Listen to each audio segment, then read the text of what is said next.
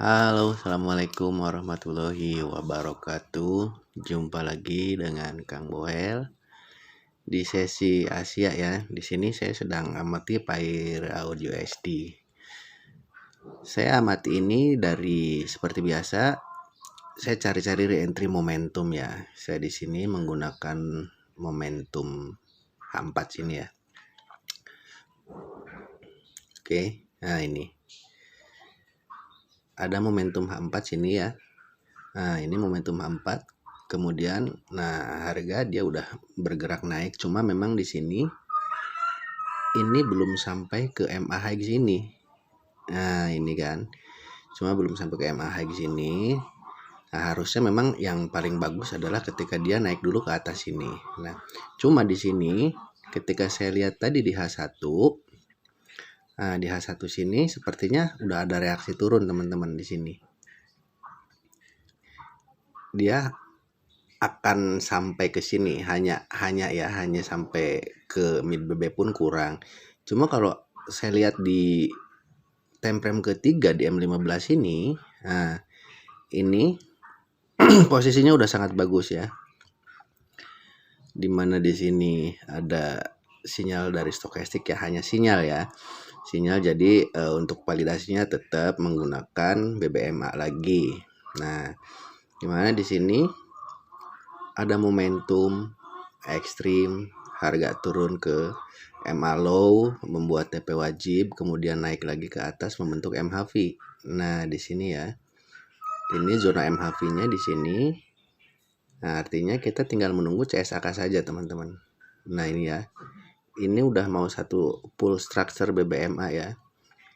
Ada momentum ekstrim, TP wajib, MHV, tinggal menunggu CSAK. Nah, jadi di sini saya nanti akan sell di sini.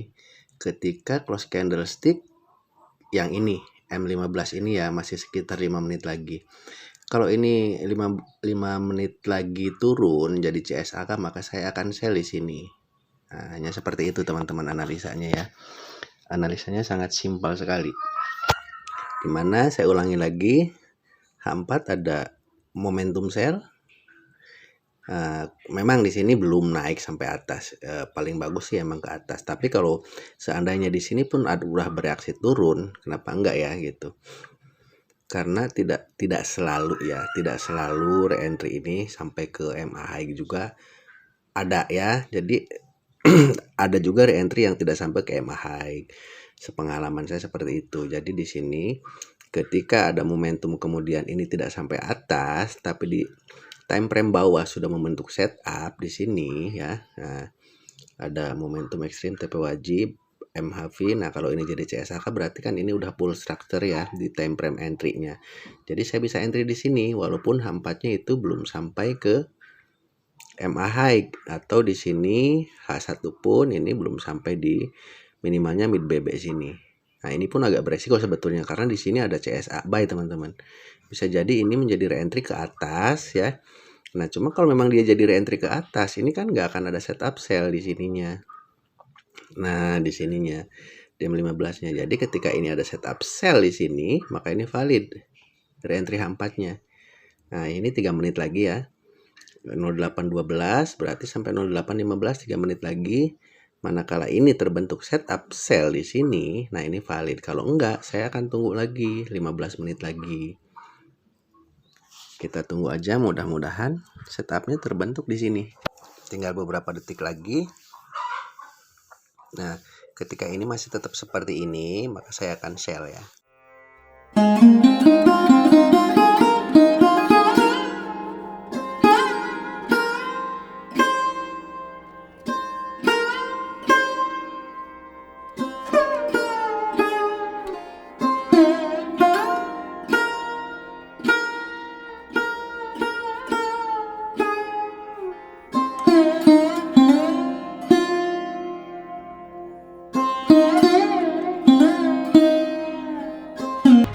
Oke, dilanjut ya guys ya. Nah, di sini udah turun ya.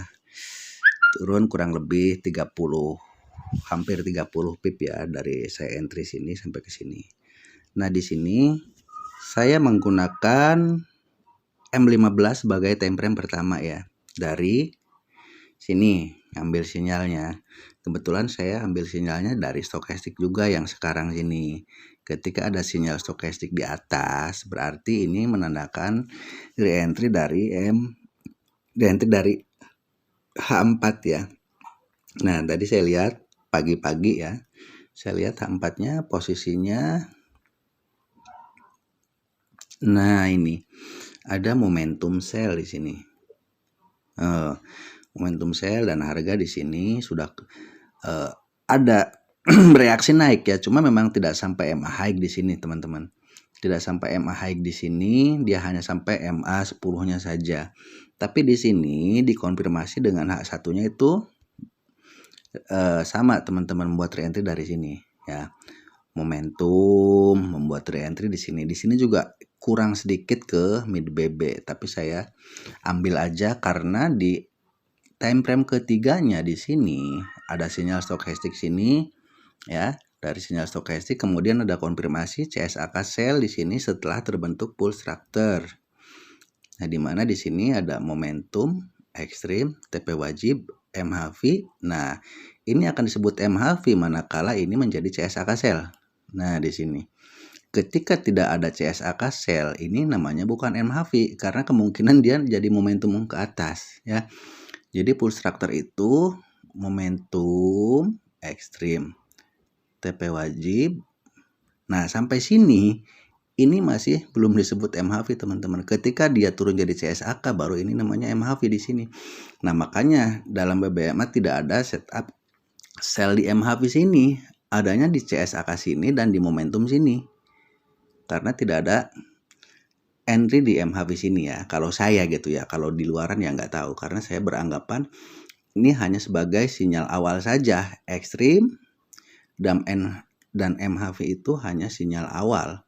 Setupnya dari sini, CSAK dan momentum. CSAK membuat reentry ke atas, momentum membuat reentry ke atas, turun ya. Jadi CSAK membuat reentry ke MA high turun, momentum membuat reentry ke MA high turun. Di sini belum boleh ya, kalau saya belum boleh, tapi banyak sekali di luaran sana yang pada entry di pucuk-pucuk sini. Nah, saya nggak mampu, ilmu saya nggak sampai situ teman-teman. Ilmu saya nggak sampai bisa entry di sini nih. Nah, itu karena apa?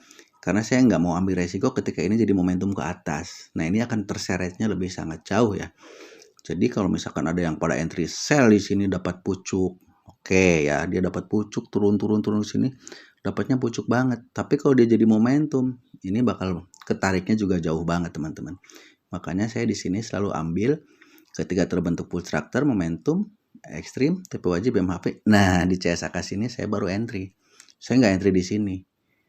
Saya nggak paham cara entry di sini teman-teman. Ya. Oke, itu aja ya. Mudah-mudahan bermanfaat. Wassalamualaikum warahmatullahi wabarakatuh.